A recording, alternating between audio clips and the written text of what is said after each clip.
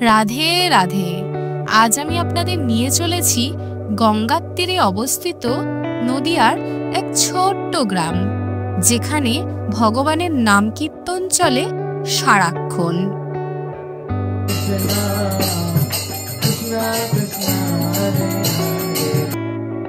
যেখানে কৃষ্ণ নাম শুনলে মন মাতাল হয়ে ওঠে, আর ভক্তি আর বিশ্বাসের সেই কেন্দ্রস্থলের নাম হলো মায়াপুর।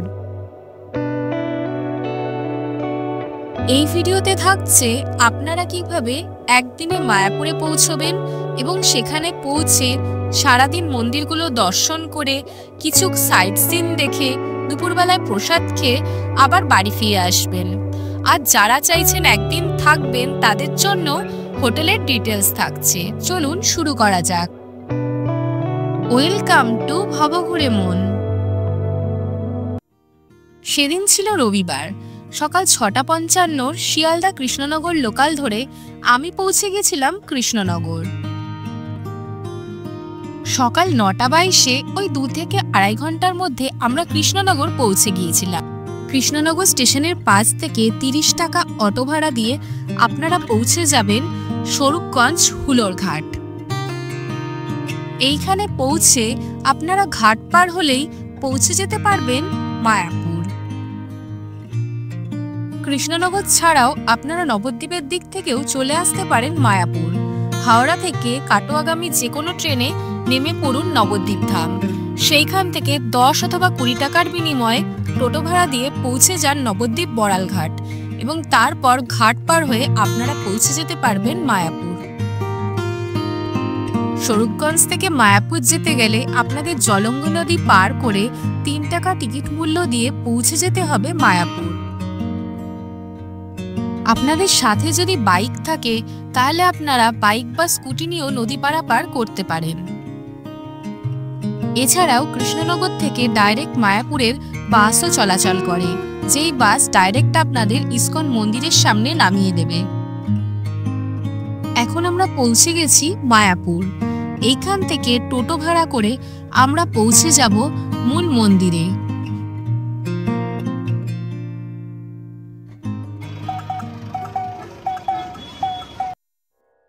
ফেরিঘাট থেকে আপনারা কৃষ্ণনগরগামী যে কোনো বাসেও মন্দিরে পৌঁছে যেতে পারেন। এছাড়াও রয়েছে এখানে টোটো স্ট্যান্ড। এই টোটো স্ট্যান্ড থেকে আপনারা ২০ টাকা করে ভাড়া দিয়ে পৌঁছে যেতে পারেন মূল মন্দিরের গেটে। আর আপনারা চাইলে এখান থেকেই সাইট সিনের জন্য টোটো বুক করে নিতে পারেন। টোটোর ডিটেলস আর সাইট সিনের সমস্ত কিছু আমার আগের ভিডিওতে দেওয়া আছে, আমি লিংক আই বাটনে দিয়ে দিলাম, আপনারা চাইলে সেই ভিডিওটাও দেখে নিতে পারেন। ফেরিঘাট থেকে মূল মন্দির যাওয়া পর্যন্ত রাস্তার দুদিকে আপনারা অনেক মন্দির এবং হোটেল দেখতে পেয়ে যাবেন। আপনারা যদি এখানে স্টে করছেন তাহলে এই মন্দিরগুলো একবার ঘুরে দেখে নিতে পারেন। মূল ইস্কন মন্দিরের বাইরে কিছু হোটেলের ফোন নাম্বার আমি ডেসক্রিপশনে দিয়ে দেব, আপনারা চাইলে দেখে নিতে পারেন। মূল মন্দিরের সামনে আমরা টোটো থেকে নেমে গেলাম।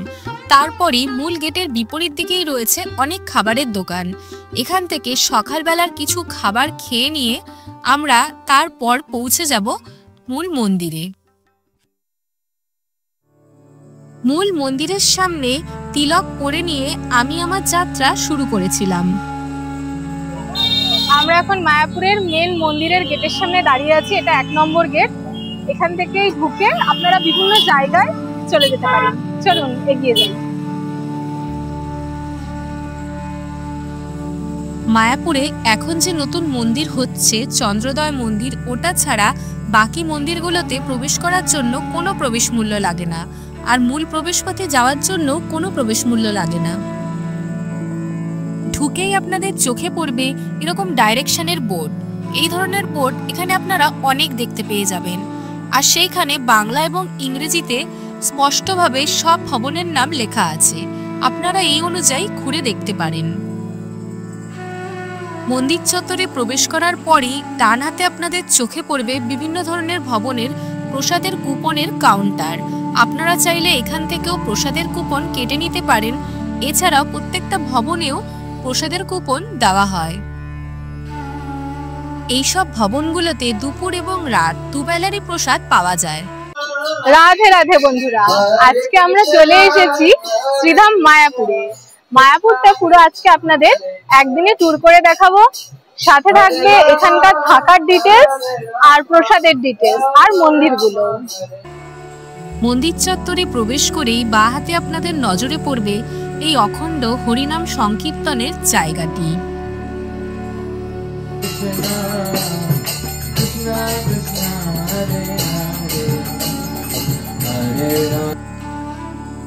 এইখানে সারাদিন চলে ভগবানের নাম কীর্তন।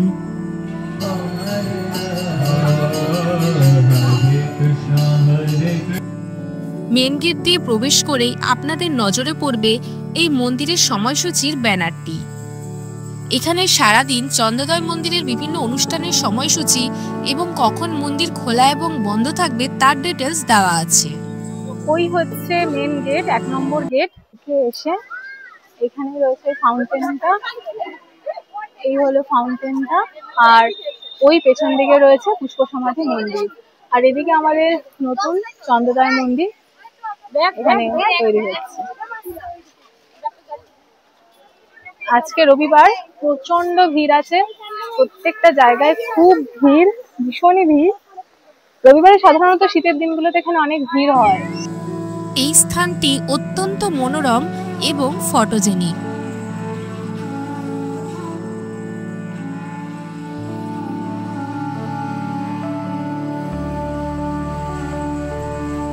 চলুন চ্যানেলটি সাবস্ক্রাইব করে আমরা এবার পুষ্প সমাধি মন্দিরের দিকে এগিয়ে যাই। আর মন্দিরে ঢোকার আগে আমাদেরকে আমাদের ফোন জমা দিতে হবে, তার ডিটেলসই আপনাদেরকে দেখিয়ে দিই।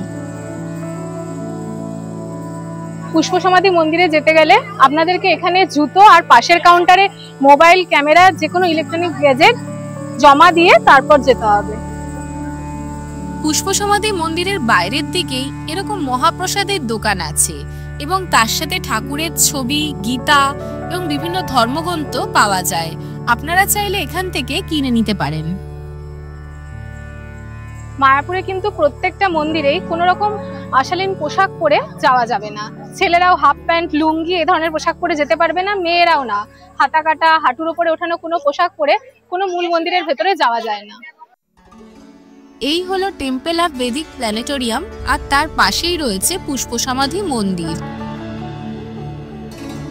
এই পুষ্প সমাধি মন্দিরটি ইসকনের প্রতিষ্ঠাতা শ্রীল প্রভুপাদের স্মৃতির উদ্দেশ্যে তৈরি করা হয়েছিল। এই পুষ্প সমাধি মন্দিরের ভেতরে যাওয়ার সময়সীমা স্ক্রিনে দেওয়া রইল, আপনারা চাইলে পজ করে দেখে নিতে পারেন। এই সমাধি মন্দিরের পাশে খুব সুন্দর গার্ডেন রয়েছে আর ভেতরে রয়েছে মিউজিয়াম।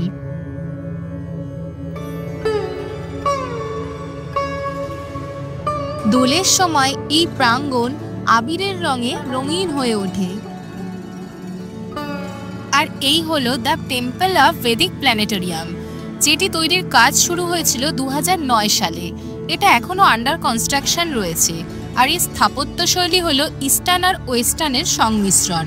তবে এটা খুব তাড়াতাড়ি ওপেন হওয়ার কথা ওনারা বলছেন, আর এর ফার্স্ট ফ্লোর ওপেন হয়ে গেছে।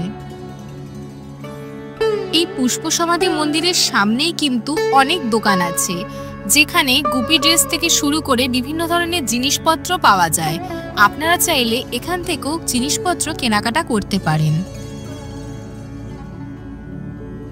এইসব দোকানগুলোকে ডান হাতে ছেড়ে কিছুটা সোজা যেতে থাকলেই আপনাদের নজরে পড়বে এরকম অনেক খাবারের দোকান। এই খাবারের দোকানগুলোর পেছন দিকেও একটি পাবলিক টয়লেট রয়েছে।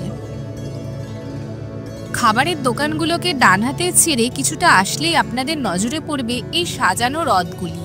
স্থানীয়দের কাছ থেকে জানতে পারলাম শনিবারে এই রথ পুরো ইসকন পরিভ্রমণ করে।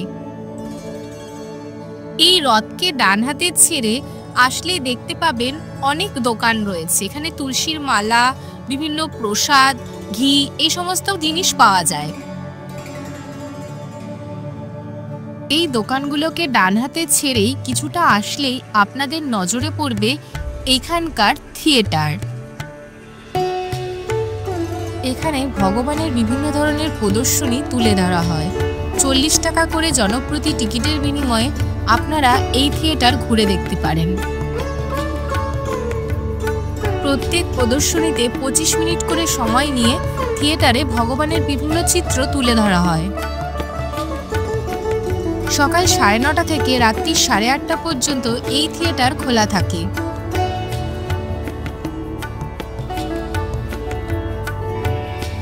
এই হচ্ছে 1 নম্বর গেট দিয়ে আপনারা আসছেন, এসে এই থিয়েটারটা রয়েছে তার পাশে চলে আসবেন।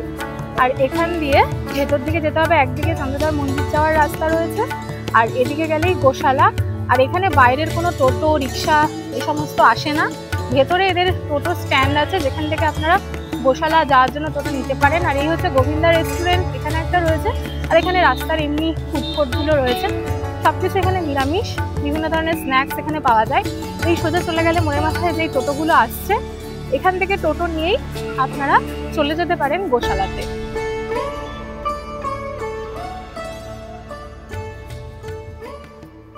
পকোড়া কত গো? 4:20। কিসের পকোড়া আছে এগুলো? বাঁধাকপি। আচ্ছা, এখানে তোমার কাছে কি কি পাওয়া যায়? এই হলো চারমাথা মোড়, এখান থেকে টোটো পাওয়া যায়, যেগুলো হচ্ছে এদিকে গোশালার দিকে যায়। আর এই গোশালার দিকে যাওয়ার এই মোড়ের মাথাটাতেই রয়েছে গৌরাঙ্গ কুটির। গৌরাঙ্গ কুটিরের পাশেই রয়েছে অন্নদান প্রকল্প, এখানে বিনা পয়সায় খাবার খাওয়া যায়। আর এদিক থেকে পেছনের যে রাস্তাটা রয়েছে, এদিক দিয়েও আপনার গদা ভবন, গীতা ভবনের দিকে যাওয়া যায়। মায়াপুরের ভেতরে গৌরাঙ্গ কুটিরে 100 টাকায় 4 জন থাকতে পারেন। এখন চলে যাচ্ছি গোশালার দিকে। আর এই গোশালা যাওয়ার রাস্তাটা খুবই সুন্দর, পুরো গ্রাম্য পরিবেশ। এই সামনে দেখুন গরুর গাড়ি আসছে, টোটোতেও যেতে পারেন আপনারা, আবার গরুর গাড়িতেও যাওয়ার ব্যবস্থা রয়েছে। 10 টাকা করে জনপ্রতি টিকিট দিয়ে আপনারা গোশালা টোটো করে পৌঁছে যেতে পারেন। আর যদি আপনারা রিজার্ভে যান তাহলে দুজনের জন্য 30 টাকা নেওয়া হয়। এছাড়াও এখানে গরুর গাড়িতেও গোশালা যাওয়া যায়। শ্রীধাম মায়াপুর দর্শনের অন্যতম প্রধান আকর্ষণ হলো এই গোশালা। এখানে অনেক ধরনের গোমাতাদের আপনারা দেখতে পারবেন। মূল প্রবেশপথ দিয়ে ভেতরে ঢুকলে সোজাসুজি যে দেখতে পাচ্ছেন ওটা হচ্ছে ঘি, দই, মিষ্টি এসবের দোকান। আর ডান দিকে রয়েছে কিছু সুগন্ধি এবং গিফট জাতীয় জিনিসের দোকান। আর এই হলো গোশালা। এই গোশালার ভেতরে এসে আপনারা গোমাতাদের খাওয়ানোর জন্য কিছু টাকা দিতে পারেন, যার দ্বারা বিভিন্ন ধরনের খাদ্য এই গোমাতাদের দেওয়া হয়। আমাদের সনাতন ধর্মে গোমাতাদের অত্যন্ত পবিত্র বলে মনে করা হয়। আর কৃষ্ণের সাথে এই গোমাতার সম্পর্ক নিবিড়। তাই যারা কৃষ্ণ ভক্ত আছেন মায়াপুর আসলে এই গোশালা যেন একদম মিস করবেন না। আপনারা এখানে এসে চাইলে নিজের হাতেও গোমাতাদের খাবার খাওয়াতে পারেন। এই গোশালার ভিতরে মিষ্টি জাতীয় বা দুগ্ধ জাতীয় জিনিসের একটি কাউন্টার রয়েছে। সেখানে আপনারা ঘি, লস্যি, দই, ক্ষীর এই ধরনের বিভিন্ন জিনিস পেয়ে যাবেন। আর এখানে এসে আপনারা দই বা লস্যি ট্রাই করে দেখতে পারেন। এখানকার দই আর লস্যি বেশ সুস্বাদু, তবে নবদ্বীপের দইয়ের সাথে কিন্তু এটাকে গুলিয়ে ফেলবেন না। নবদ্বীপ মায়াপুর বেড়াতে এসে যদি এখানকার স্পেশাল লাল ক্ষীর দই খেয়ে দেখতে চান, তাহলে আমার প্লেলিস্টে নবদ্বীপের যে ভিডিও দেওয়া আছে সেটা দেখে নেবেন। প্রসঙ্গত বলে রাখি, আমি কিন্তু নবদ্বীপের মেয়ে, তাই মায়াপুর আর নবদ্বীপ সম্পর্কে আমি আপনাদের সঠিকভাবেই গাইড করব। চলুন এগিয়ে যাই। এই চন্দ্রোদয় মন্দিরে যাওয়ার রাস্তাতেই পেছন দিকে যেখানে ওয়াশরুম রয়েছে তার সামনেই একটা ছাউনি মতো জায়গা রয়েছে, যেখানে আপনারা বিশ্রাম নিতে পারেন। এখানে কোনো পয়সা কড়ি লাগে না, আপনারা যতক্ষণ খুশি বিশ্রাম নিতে পারেন। আর পাশেই পার্কটা রয়েছে, এখানে পানীয় জলের কলও রয়েছে, এখান থেকে আপনারা খাবার জলও নিতে পারেন। এইবার আমরা এগিয়ে চলবো চন্দ্রোদয় মন্দিরের দিকে। তবে এই মন্দিরেও কিন্তু ঢোকার আগে আপনাদের ব্যাগ, জুতো, মোবাইল, ইলেকট্রনিক গ্যাজেটগুলো জমা দিয়ে তবেই যেতে হবে। চলুন আমরা এগিয়ে চলি। থিয়েটারের দিক থেকে আসলে রাস্তার বাঁদিকে পড়বে নতুন কমপ্লেক্স এবং তার উল্টো দিকেই রয়েছে চন্দ্রোদয় মন্দির। সামনে শীত আসছে, মায়াপুর পুরো ফুলে ঢেকে যাবে। চলুন আমরা ভেতরে প্রবেশ করে কৃষ্ণ নামে মত্ত হয়ে উঠি।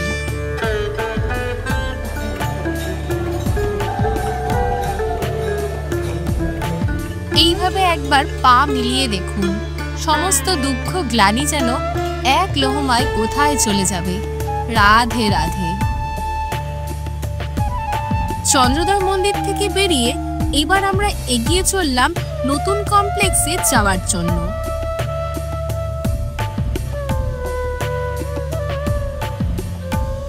নতুন চন্দ্রোদয় মন্দিরে কিন্তু এখন প্রবেশ করতে গেলে জনপ্রতি 50 টাকা করে টিকিট কেটে তবে ভেতরে যেতে হয়। এর ভেতরে এখনো কনস্ট্রাকশনের কাজ চলছে, ভীষণ নিখুঁত সেই কাজ। কি বিশাল সে অট্টালিকা, দেখলে আপনার চোখ জুড়িয়ে যাবে।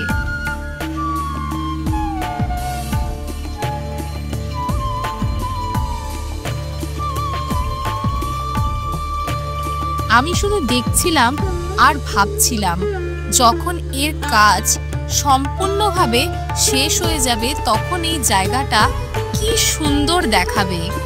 2009 সালে এই বিল্ডিং এ স্থাপত্যের কাজ শুরু হয়েছিল। আশা করা যাচ্ছে 2027 সালে এর নির্মাণ কাজ শেষ হবে। এই মন্দিরটির উচ্চতা প্রায় 380 ফুট। এর প্রত্যেকটি ফ্লোরে পূজা এবং প্রার্থনার জন্য 10,000-এরও বেশি ভক্তের থাকার ব্যবস্থা করা হয়েছে। এখন আমরা এগিয়ে চলবো দুপুরবেলার লাঞ্চ করার জন্য। আমরা গদা ভবনের প্রসাদের টিকিটটা কেটেছিলাম, তাই এখন আমরা গদা ভবনের দিকে এগিয়ে যাচ্ছি। আপনাদের একটা ছোট কথা বলে রাখি, আপনারা এখানে এসে সবার আগে ভোগের কুপনটি কেটে নেবেন যদি আপনারা ভোগ খেতে চান। প্রায় প্রত্যেকটা ভবনে দুপুর 1টা থেকে প্রসাদ দেওয়া শুরু হয়, আর সেই জন্য অনেকটা আগে থেকে এখানে লাইন পড়ে যায়, বিশেষ করে ছুটির দিনগুলোতে। তাই আগে থেকে কুপন কাটা থাকলে আপনারা যদি 12টা থেকে 12:30টার মধ্যে এসে লাইন দেন, তাহলে আপনারা অল্প সময়ে প্রসাদ কক্ষের দিকে পৌঁছে যেতে পারবেন। আমি আগেই বলেছি আমরা রবিবারে গিয়েছিলাম। এত ভিড় ছিল যে প্রায় আধ ঘন্টা থেকে 40 মিনিট লাইন দিয়ে তবে আমরা প্রসাদ পেয়েছিলাম। এখানে বুফে সিস্টেমের মতো করে প্রসাদ দেওয়া হয়। প্রসাদ নিয়ে গিয়ে হয় মেঝেতে অথবা চেয়ার টেবিলে, বিশেষত বয়স্কদের জন্যই চেয়ার টেবিল রাখা আছে, বা কারোর যদি হাঁটুতে সমস্যা থাকে সেও এখানে বসে খেতে পারেন। এই দুই পাশে লাইন বরাবর আপনারা বসে খেতে পারেন, আর ওই দিকে রয়েছে চেয়ারের ব্যবস্থা। আমাদের প্রসাদে ছিল ভাত, ডাল, 2টো সবজি, মিষ্টান্ন আর বেগুনি। প্রসাদ খাওয়া হয়ে গেলে আমরা প্রসাদ কক্ষ থেকে বেরিয়ে গেলাম একটু বাগানের দিকে।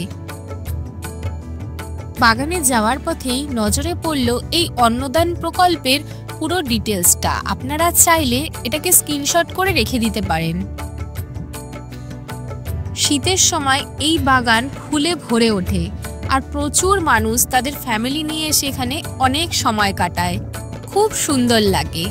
আমি যেহেতু নবদ্বীপের মেয়ে, ছোট থেকে এই জায়গায় যে আমি শীতকালে কতবার এসেছি তা বলার নয়। এখানে আসলেই সেই পুরনো স্মৃতিগুলো মনে পড়ে যায়।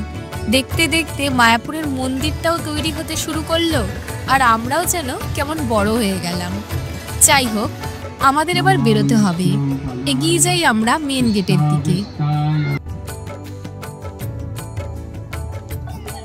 মায়াপুর ঘোরা হয়ে গেলে এইসব দোকানগুলো থেকে আপনারা চাইলে গিফটের আইটেম কিনে নিয়ে যেতে পারেন আপনাদের বাড়ির জন্য। এখানে কিন্তু সব ধরনের গিফট আইটেম পাওয়া যায়, বিশেষ করে গুপি ড্রেস, যেটা মেয়েরা খুবই পছন্দ করে। আমি আমার বহু বন্ধু বান্ধবীকে দেখেছি কলকাতা থেকে এসে এখানে এগুলো কেনার কথা বলে। তারপর তুলসীর মালা এবং ঠাকুরের বিভিন্ন সামগ্রী, ছোটখাটো গিফট, সবকিছু আপনারা এখানে পেয়ে যাবেন। মেন যে 1 নম্বর গেটটা রয়েছে সেখান থেকে বেরিয়ে ডান হাতে চলে আসলে এই দোকানগুলো পাওয়া যায়। তো যাওয়ার সময় যদি আপনাদের সময় না হয়, ফেরার সময় এই দোকানগুলো ঘুরতে ঘুরতে বাড়ির জন্য কিছু কিনে নিয়ে যান, নিজের জন্য কিনে নিয়ে যান। দারুণ দারুণ জিনিস পাওয়া যায়। দেখুন, এখানে একটা গুপি ড্রেস রয়েছে, ভীষণই সুন্দর। এই গুপি ড্রেসগুলোর জন্য মায়াপুরে সবাই আসতে চায়। এখানে কাটিয়েও দেওয়া হয়, কাঠগুলো বানিয়েও দেওয়া হয়। অবশেষে আমরা কিনুন। ভিডিওর একদম শেষ প্রান্তে চলে এসেছি। যদি ভিডিওটি আপনাদের ভালো লেগে থাকে তাহলে প্লিজ লাইক, কমেন্ট, শেয়ার আর আমার চ্যানেলটিকে সাবস্ক্রাইব করে রাখবেন।